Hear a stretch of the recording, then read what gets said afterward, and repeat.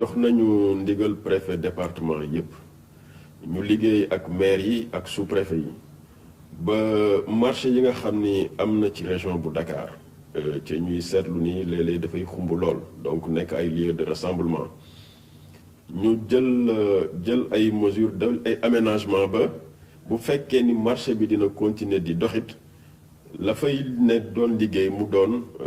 commerce yu nga xam ni lu essentiel la ci nit ki comme lu jëm ci wàllu dund nga xam ni ala kulli xaal da ngay ñëw jënd dund pour loo dundee sa kër loola ñu organiser ko waaye lépp lu nga xam ni njëriñam xëy na jamono yi ñu toll eggul ci benn dayoo ba yooyu ñu arrêté ko bu ngeen gisee ñu santaane loolu nag mooy que dañu gis ni marché yi dafay faral di xumb di bëri nit xëy na bu ñu tëjee yenn commerce yi dina wàññi fréquentation bi ca dina wàññi évidemment risque. alors deuxième mesure bi nga xam ni tam jël nañ ko mooy que contrôle bi nga xam ni dinañ koy def pour faire appliquer arrêté bu ministre de l'intérieur jëloon pour interdire les rassemblements ak manifestations yi dañu bëgg contrôle boobu ñu gën ko intensifier maanaam police ak gendarmerie gën a génne seen élément ci mbedd yi ci lieu de détente yi ci plage yi surtout parce que bi ñu dawalee état d'urgence bi dawal arrêté bi gisoon nañ ni nit ñi toogoon nañu ba ñu tëj école yeeg yooyu mais dafa mel na xale yi commencé waat nañu dem di fréquenter plage yeeg yooyu en tout cas am na signal nañ ne am na plage bu nga xam ni xale yi ñu ngi fay dellu donc ñu ne police ak gendarmerie kon nañu def opération yu mag ñu gën a surveiller lieu yooyu ba rassemblement du fa am et yokkal leen ci surveillance boobu armée dina ci bokk pour gën ci jàpp moom tam. alors donc loolu c'est pour gën a appliquer mesure ministre de l'intérieur. gouverneur de Dakar wax na itam ci lépp loo xam ne dañ ko war a def rek ngir ñu respecter charte yi surtout nag ci wàllu dem beeg dikk bi ci transport en commun yi. ñu bëgg nag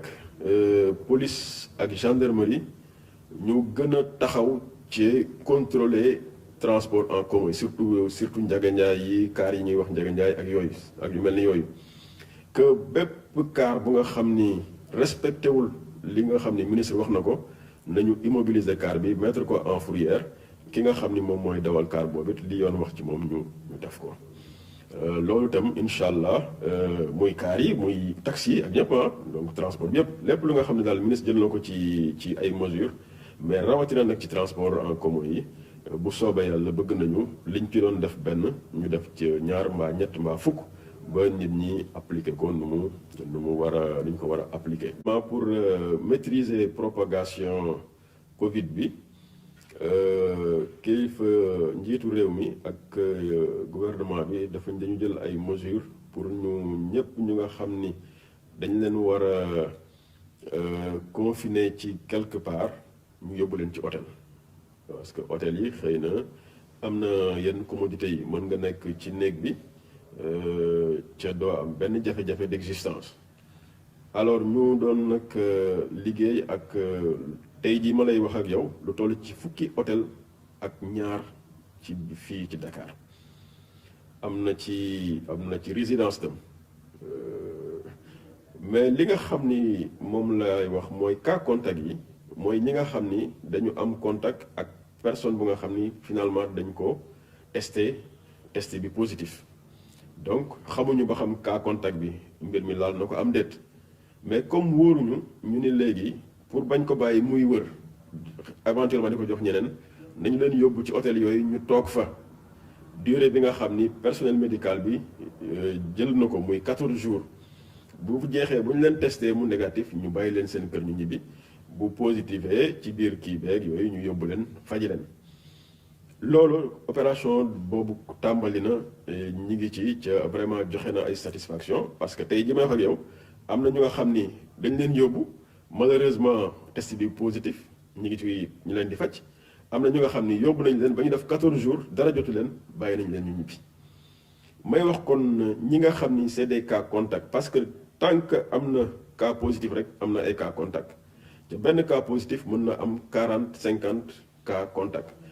ñooñu nag am na équipe yu dem di leen di jëli pour yóbbu leen ci hôtel yi. ma leen di xamal ni loolu ñuy def du gaieté de cœur la ñuy ñëw naan bàyyil sa kër nga dem toog hôtel. nit ñi ñu koy def nañu xam ni c'est pour des raisons de santé ak de sécurité pour jàppale ñoom mais jàppale seen entourage la donc bu nit ñi ñëwee di leen jël si nañu ko leen yombalal liggéey bi ànd ak ñoom parce que c'est dans des conditions de sécurité ak en tout confort dañ leen di yóbbu ci hôtel bi. bu ñu eggee ci hôtel bi également existence bu mucc ayib lañ fay nekkee parce que état du Sénégal jël na en charge toute l'opération donc ñu xamal leen daal jarul résister jarul bañ jarul xuloo jarul xeex képp ku nga xam ne jël si ne na nga ànd ak ñoom parce que boo ko deful fi ñuy mujjee mooy def li nga xam ni moom la yoon prévoir ñu teg ko sa kaw ca bu boobaa xëy na dina gën a metti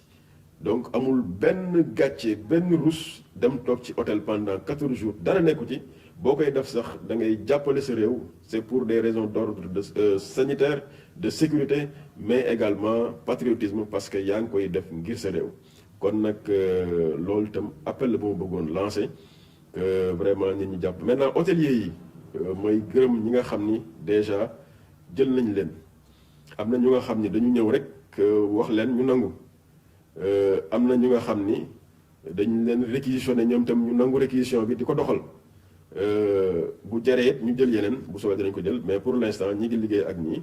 en attendant xool situation bi mais vraiment ma leen di gërëm ci seen collaboration di wax ni vraiment état bu Sénégal moo jël la totalité